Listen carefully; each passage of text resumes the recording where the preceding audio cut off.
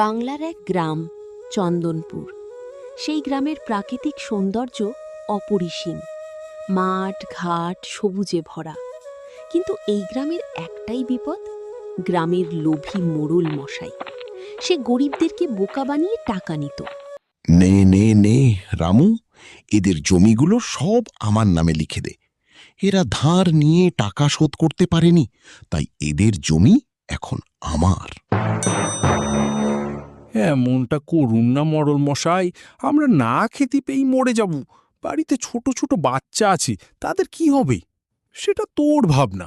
টাকা দিবি, তারপর নিজের জমি ছাড়িয়ে নিয়ে যাবি। হায় হায়, এ আমাদের কি হয়ে গেল? এরপর আমরা কি খাবো? মন খারাপ করো না গো, আমরা কিছু একটা জোগাড় করে নেব। ভগবানের উপর ভরসা রাখো। বুঝলি রামু, এই গ্রামের লোকগুলো সব গাধা। হালকা কিছু সার আর গরু চাষ করতে দিয়ে এদের সব জমি সুদের নাম করে হাতিয়ে নি। খাঁটি কথা বলেছেন মরল মশাই। এই গরিবগুলো খাটবে আর আমরা বসে বসে মজা করব। আমার মাথায় একটা বুদ্ধি এসেছে, বুঝলি রামু, যেটাই সাপও মরবে আর লাঠিও ভাঙবে না। তুই শুধু এমনি গাধা জোগাড় কর। এদিকে গ্রামে এক বুড়ো কৃষক ছিল, তার নাম রঘুনাথ। আর নিজের বলতে একটা ছোট্ট জমি ছিল, আর বাড়িতে ছিল জঙ্গল থেকে কুড়িয়ে আনা একটি ছেলে। বাবা, তুমি কি আজকেও কোনো গরু পেলে না? বাড়িতে তো আর বেশি দিনের খাবার নেই, আর পরজমিতে চাষ না করলে আমরা তো আর খেতে পাবো না। না রে বাবা, পুরো গ্রাম ঘুরলাম, তাও পেলাম না। মনে হচ্ছে এরপর মোড়ল মশাইয়ের কাছেই যেতে হবে আর গরু চাষের জন্য আনতে হবে। বাবা, তুমি তো জানো মোড়ল মশাই কেমন। সে গরিবদের ঠকিয়ে তাদের জমি নিজের করে নেয়। এমন করে কত লোকের জমি হাতিয়ে নিয়েছে।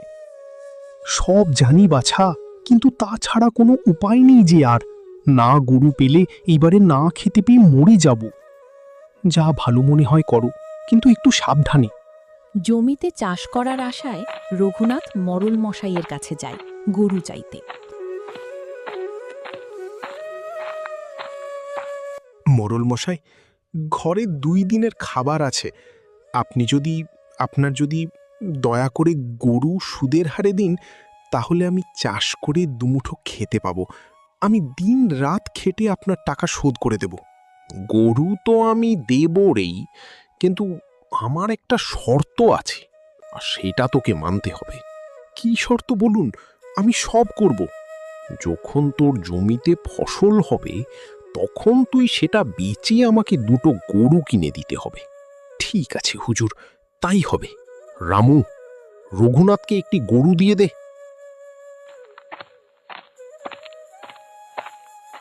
গরু নিয়ে মহা আনন্দে রঘুনাথ বাড়ির দিকে গেল, আর মনে মনে ভাবছে, এরপর আর আমাদের অভাব থাকবে না।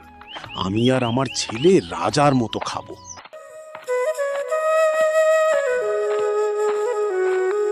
তারপর গরু নিয়ে সে বাড়ি গেল, আর তার ছেলে ছুটে তার কাছে এসে বলল, বাবা, তুমি গরু এনেছো। এরপর আমাদের আর কোনো চিন্তা থাকবে না। আমরা ভালোভাবে দুমুঠো খেতে পাবো। হ্যাঁ বাছা, আমাদের আর কোনো অভাব থাকবে না এরপর। আমি অনেক কষ্ট করে জমিতে চাষ করব।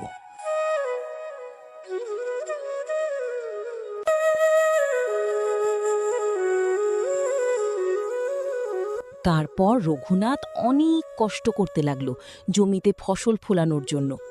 মাস কেটে গেল।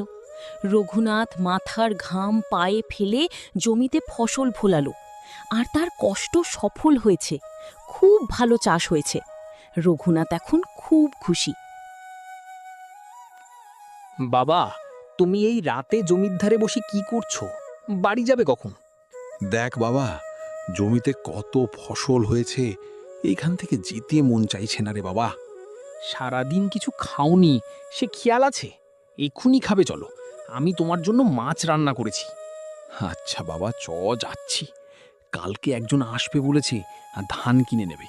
তারপর টাকা নিয়ে 2টো গরু কিনতে হবে, আর গরু কিনে যা টাকা বাঁচবে সেটা নিয়ে আমাদের 1 বছর বসে খাওয়া যাবে।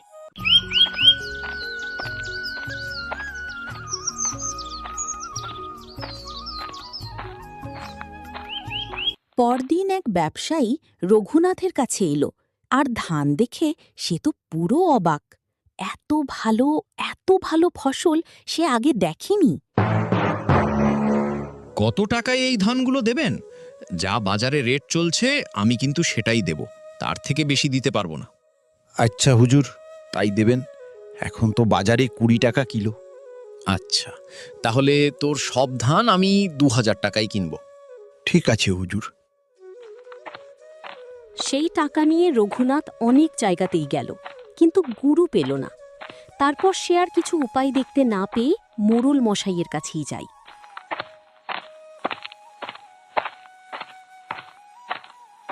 মোড়ল মশাই, আমি অনেক জায়গাতেই গেলাম কিন্তু গরু পেলাম না। আপনি যদি গরু না নিয়ে টাকা নেন তাহলে আমার একটু সুবিধা হয়। এ মা, এ কি বলো, কোথাও গরু নেই? সব গরু কোথায় গেল বাবু? মরল আগেই চালাকি করে গ্রামের সব গরু কিনে রেখেছিল। গরু না দিতে পারলে আমার পুরে চাষের টাকাটা চাই। এমন করলে আমরা না খেতে পেয়ে মরে যাব মোড়ল মশাই। আমি দিন রাত কষ্ট করে এত ফসল ফলালাম, আমি কি কিছুই পাবো না? কথা মতো গরু না পেলে সব চাষের টাকা আমার। আর শোন, আমার কাছে চাষের জন্য গরু নিয়েছিলি, তার সুদ হয়েছে 1000 টাকা। সেটা দিয়ে বাড়ি যাবি। চাষের ফসল তো সব নিয়ে নিলেন হুজুর, আমার কাছে তো আর কিছুই নেই দেওয়ার মতো। কিছুই নেই যখন, আজ থেকে তোর সব জমি আমার। মোড়ল চালাকি করে রঘুনাথের চাষ করা সব ফসল নিয়ে নিল, এমন কিছুই তার সব জমিগুলোও হাতিয়ে নিল। আর রঘুনাথ মন খারাপ করে বাড়ি গেল। রাহুল দেখল তার বাবা খালি হাতে আসছেন। তার মাথা নত আর মুখে একটুও হাসি নেই। সে বুঝতে পারল কিছু একটা হয়েছে। রাহুল তার বাবাকে জিজ্ঞেস করল, বাবা, কি হয়েছে তোমার? চোখ মুখ এমন কেন? আর তোমার টাকাগুলো কোথায় গেল? আর বলিস বাছা, মোড়ল মশাই আমাকে বোকা বানিয়ে সব টাকা আর জমি হাতিয়ে নিয়েছে।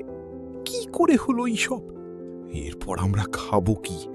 আমি দিন রাত এত কষ্ট করে চাষ করলাম, আমাদের সব চলে গেল গো। বাবা, তুমি একটু শান্ত হয়ে বসো, আর কি হয়েছে আমাকে সব খুলে বলো। তুই তো জানিস মোড়লের শর্ত কি ছিল, তাকে চাষ ওঠার পর 2টো গরু দিতে হবে। আমি সেই মতো গরু কিনতে গিয়ে দেখি কোথাও একটাও গরু নেই। তারপর কি হলো? আমি মোড়ল মশাইয়ের কাছে গিয়ে সব খুলে বললাম, কিন্তু তিনি গরু পাইনি বলে আমার সব টাকা নিয়ে নিল, আর গরুর সুদের জন্য আমাদের জমিটাও নিজের দখলে করে নিয়েছে। মোড়ল মশাই এত চালাক, তোমাকে এইভাবে বোকা বানালো? এরও পরিশ্রম করে চাষ করলাম, আমার কপালে একটা কানা করিও রইল না।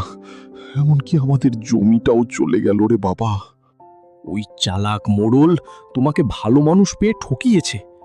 তুমি চিন্তা করো না বাবা, ওর চালাকিতে আমি ওকেই ফাঁদে ফেরব। তুই কি করবি বাবা?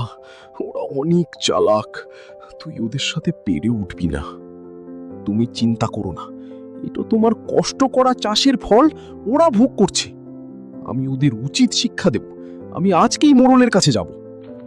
পলাশ আর দেরি না করে মোড়ল মশাইয়ের কাছে যায়। মোড়ল মশাই তখন বিছানার বসে আছে, আর রামু তার কাছে বসেছিল। মোড়ল মশাই, আমি একটা ভালো খবর এনেছি, যেটা শুনলে আপনি অবাক হয়ে যাবেন। এমন কি খবর আনলি তুই? বল বল শুনি। কালকে আমি যখন জঙ্গলে গিয়েছিলাম, একটা বাস্ক কুড়িয়ে এনেছি, আর সেটা গুপ্তধনের বাস্ক। তুই কি সত্যি বলছিস? তাহলে কুই সেই গুপ্তধন? দে দে আমাকে। আমি তো শুধু দেব না, তার জন্য আমাকে টাকা লাগবে। আচ্ছা বল, কত টাকা লাগবে? কালকে আমাদের বাড়ি গিয়ে গুপ্তধন নিয়ে আসবেন, আর 20,000 টাকা নিয়ে যাবেন। আচ্ছা, তোর কথা মতো তাই হবে। ঠিক আছে মোড়ল মশাই, আমি এখন চললাম। সেটা বলে পলাশ সেইখান থেকে বাড়ি চলে গেল। আর এইদিকে মোড়ল তখন বিশাল খুশি। গুপ্তধন, গুপ্তধন, এর পাবো আমি গুপ্তধন। মোড়ল মশাই, আমার পলাশকে সেই রকম সুবিধার মনে হলো না। জঙ্গলের গুপ্তধন, তাও আবার 20,000 টাকা লাগবেই। চুপ কর তো রামু, তুই এসব বুঝবি না। 20,000 টাকা দিয়ে লাখ লাখ টাকা পাবো আমি। যা ভালো মনে হয় করেন হুজুর।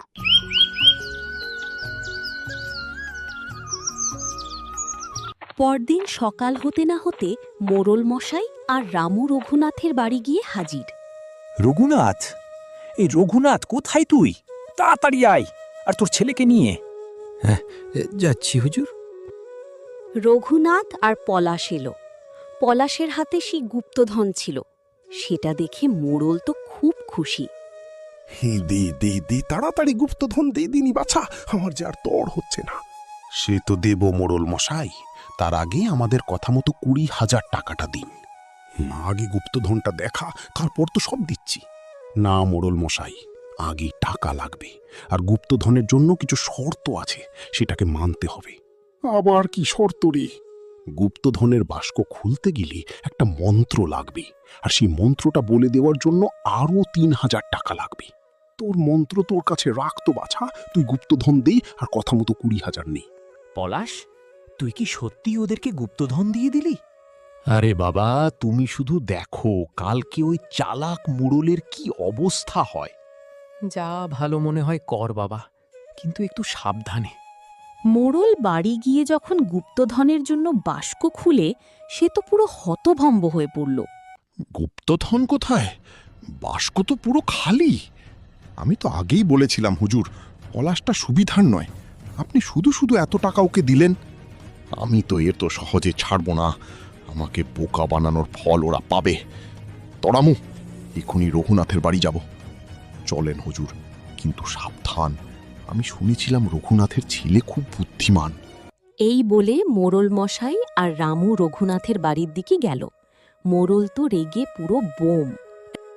পলাশ, এখানে গুপ্তধন কোথায়? বাস্ক তো পুরো খালি। তুই আমার টাকা ফেরত দে তো এক্ষুনি। মোড়ল মশাই, আমি তো আগেই বলেছিলাম যে মন্ত্র না জেনে বাস্ক খুললে গুপ্তধন পাবেন না। এটা তো চালাকি, তুই চালাকি করে আমার টাকা নিয়েছিস। আর আপনি আমার বাবার সাথে যেটা করেছেন, আর গ্রামের লোকজনের সাথে যা করেছেন, সেটা কি? মোড়ল বুঝতে পারে সে এইবার ঠকে গেছ। এখন সে আর কিছুই করতে পারবে না। মোড়ল রাগে সেইখান থেকে বাড়ি চলে গেলেন। বাবা, তুই আমাকে বাঁচালি, তোর বুদ্ধির কারণে আমাদেরকে না খেয়ে মরতে হবে না। লোভ মানুষকে অন্ধ করে দেয়। অন্যের হক মেরে সুখে থাকা যায় না। লোভ থেকে জন্ম নেয় পাপ, আর সেই পাপ একদিন মানুষের সর্বনাশ ডেকে আনে। তাই জীবনে সবসময় সততা আর ন্যায়ের পথে চলা উচিত।